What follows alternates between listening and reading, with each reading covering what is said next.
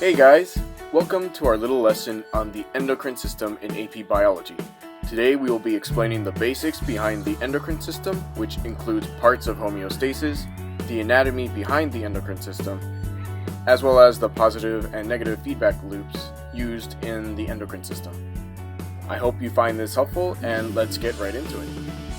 So, the endocrine system is defined as the second great control system of the body, which interacts with the blood to decrease and increase the activity of body cells. Some of these activities help maintain digestion as well as metabolism.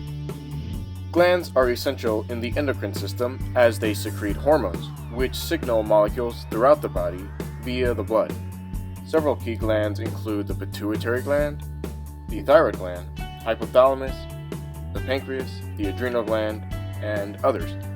These glands will secrete hormones to help stimulate growth and metabolic functions, manage blood calcium and blood glucose levels, control sex cycles and sex characteristics, and many other important actions in the body, which is required to maintain homeostasis so that we can all function healthy and well. In order to operate and secrete hormones, the hypothalamus, the head of the endocrine system, will secrete releasing and inhibiting hormones to control and signal the pituitary gland. The pituitary gland will then secrete tropic hormones to the other glands that will tell them what basic hormones to secrete, which will then target tissues or organs to cause an action. These hormones can either be peptides or proteins, which are water-soluble and cannot pass through the cell membrane, or steroids, which are not water-soluble and pass right through membranes. The hypothalamus communicates to the pituitary gland through a system known as the portal system, which is basically a system of blood vessels. This is because it is triggered by a humoral response, which uses blood contents to stimulate the release of hormones. Other triggers include neural responses, which uses neurotransmitters to stimulate the release of hormones, and a hormonal response, which is basically when hormones from other glands stimulate the release of even more hormones. So, to summarize, basically the glands in the endocrine system communicate with other glands in order to know which hormones to secrete to cause a certain action so that the organism can maintain homeostasis. So now we will be covering homeostasis. Homeostasis is a system that regulates the body's internal environment to keep conditions within the body stable. Homeostasis is maintained by a set variable.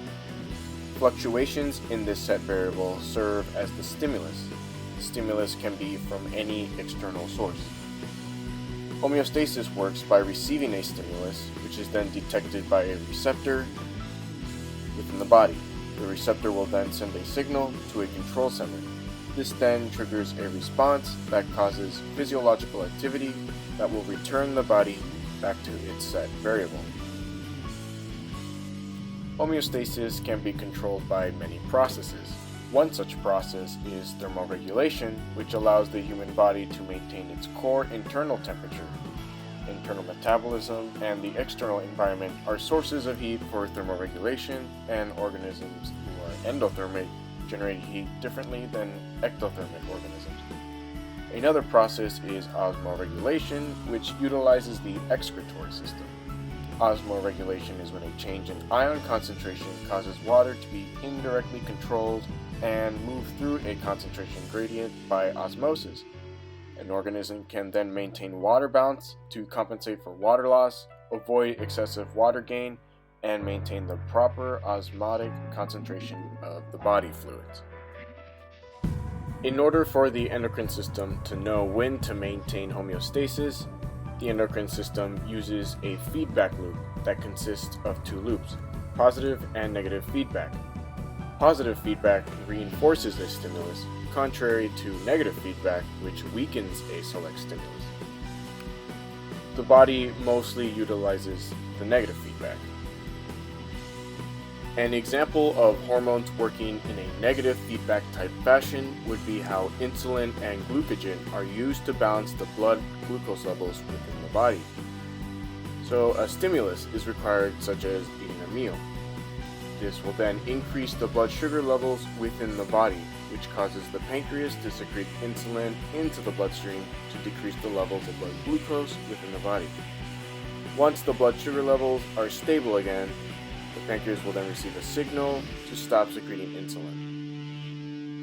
On the other hand, an example of positive feedback in the body is when a stimulus such as skipping a meal is received, which would result in a drop in the blood sugar levels in the body. As a result, the pancreas would release glucogen into the blood to cause an increase in the blood glucose levels within the body. Overall, by releasing either glucogen or insulin, the body can maintain its blood glucose levels at its optimal state, therefore maintaining homeostasis. And that is our lesson. I hope this video helped and you were able to learn something more on the endocrine system. I wish you the best of luck and have a wonderful day.